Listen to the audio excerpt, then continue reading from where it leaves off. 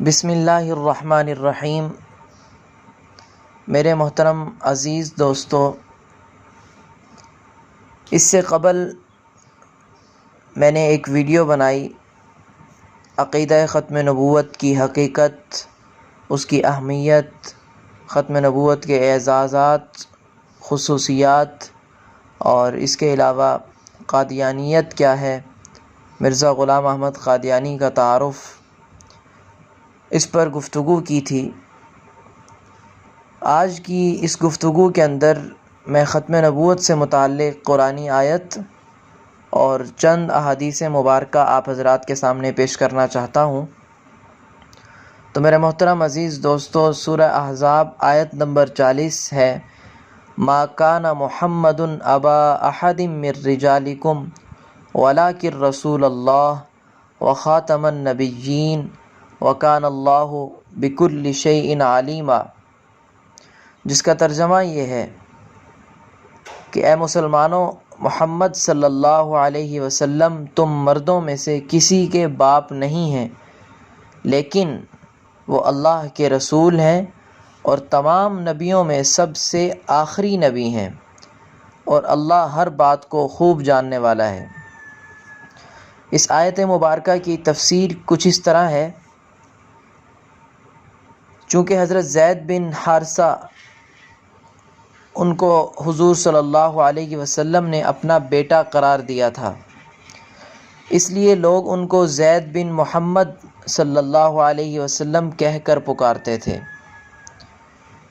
پچھلی آیتوں میں جب یہ حکم جاری ہوا کہ منہ بولے بیٹے کو حقیقی بیٹا قرار نہیں دیا جا سکتا، تو حضرت زید کو زید بن محمد صلی اللہ علیہ وسلم کہنے کی بھی ممانعت ہو گئی۔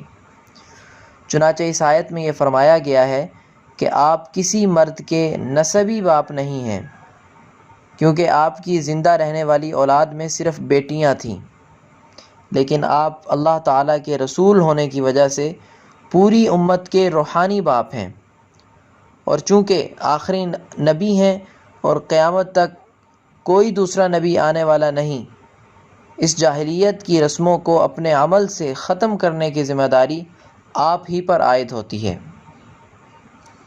تو میرے محترم دوستو، اس آیت میں واضح طور پر حضرت محمد صلی اللہ علیہ وسلم کو آخری نبی قرار دیا گیا ہے،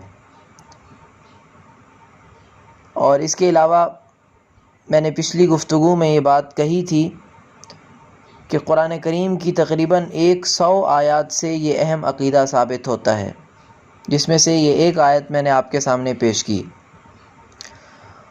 اور اسی عقیدہ ختم نبوت سے متعلق 5 احادیث سے میں آپ حضرات کے سامنے پیش کرتا ہوں۔ پہلی حدیث حضرت ابو ہریرہ رضی اللہ تعالی عنہ سے روایت ہے کہ رسول اللہ صلی اللہ علیہ وسلم نے ارشاد فرمایا کہ میری اور مجھ سے پہلے انبیاء کی مثال ایسی ہے کہ ایک شخص نے بہت ہی حسین و جمیل محل بنایا، مگر اس کے کونے میں ایک اینٹ کی جگہ چھوڑ دی۔ لوگ اس کے ارد گرد گھومنے اور اش اش کرنے لگے اور یہ کہنے لگے کہ یہ ایک اینٹ بھی لگا دی ہوتی۔ تو آپ صلی اللہ علیہ وسلم نے فرمایا، میں وہی اینٹ ہوں، یعنی وہی کونے کی آخری اینٹ ہوں، اور میں نبیوں میں سے آخری نبی ہوں۔ یہ صحیح بخاری شریف کی حدیث ہے۔ اور دوسری حدیث حضرت ابو ہریرہ رضی اللہ تعالی عنہ فرماتے ہیں کہ حضور اقدس صلی اللہ علیہ وسلم نے فرمایا کہ بنی اسرائیل کی قیادت خود ان کے انبیاء کیا کرتے تھے۔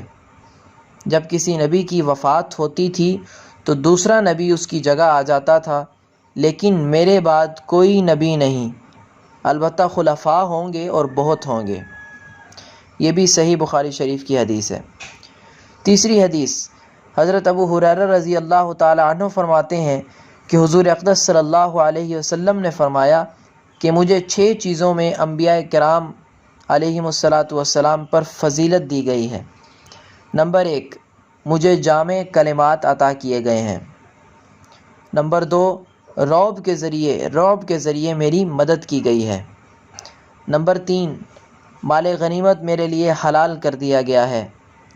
نمبر 4، روئے زمین کو میرے لیے مسجد اور پاک کرنے والی چیز بنا دیا گیا۔ نمبر 5، مجھے تمام مخلوق کی طرف مبعوث کیا گیا ہے۔ اور نمبر 6، مجھ پر تمام نبیوں کا سلسلہ ختم کر دیا گیا۔ یہ حدیث بھی صحیح مسلم شریف میں ہے۔ چوتھی حدیث، حضرت انس بن مالک رضی اللہ تعالی عنہ فرماتے ہیں کہ حضور اقدس صلی اللہ علیہ وسلم نے فرمایا کہ رسالت اور نبوت کا سلسلہ ختم ہو چکا، اب میرے بعد نہ تو کوئی رسول آئے گا اور نہ ہی نبی آئے گا۔ یہ حدیث سنن ترمذی میں ہے۔ پانچویں حدیث، حضرت عقبہ بن عامر رضی اللہ تعالی عنہ فرماتے ہیں کہ حضور اقدس صلی اللہ علیہ وسلم نے فرمایا کہ اگر میرے بعد کوئی نبی ہوتا تو وہ عمر ہوتا۔ یہ بھی ترمذی شریف کی حدیث ہے۔ تو میرے محترم دوستو، یہ آیت مبارکہ اور یہ جو 5 احادیثیں ہیں، ان سے واضح طور پر یہ بات ثابت ہوتی ہے کہ حضور صلی اللہ علیہ وسلم اللہ کے آخری نبی ہیں، اور حضور صلی اللہ علیہ وسلم کے بعد نبوت کا سلسلہ ختم ہو چکا۔ آخری حدیث میں بھی واضح طور پر حضور صلی اللہ علیہ وسلم نے فرما دیا کہ اگر میرے بعد کوئی نبی ہوتا تو وہ عمر ہوتا، یعنی حضور صلی اللہ علیہ وسلم کے بعد کوئی نبی ہے ہی نہیں، اگر بالفرض ہوتا تو وہ عمر ہوتا۔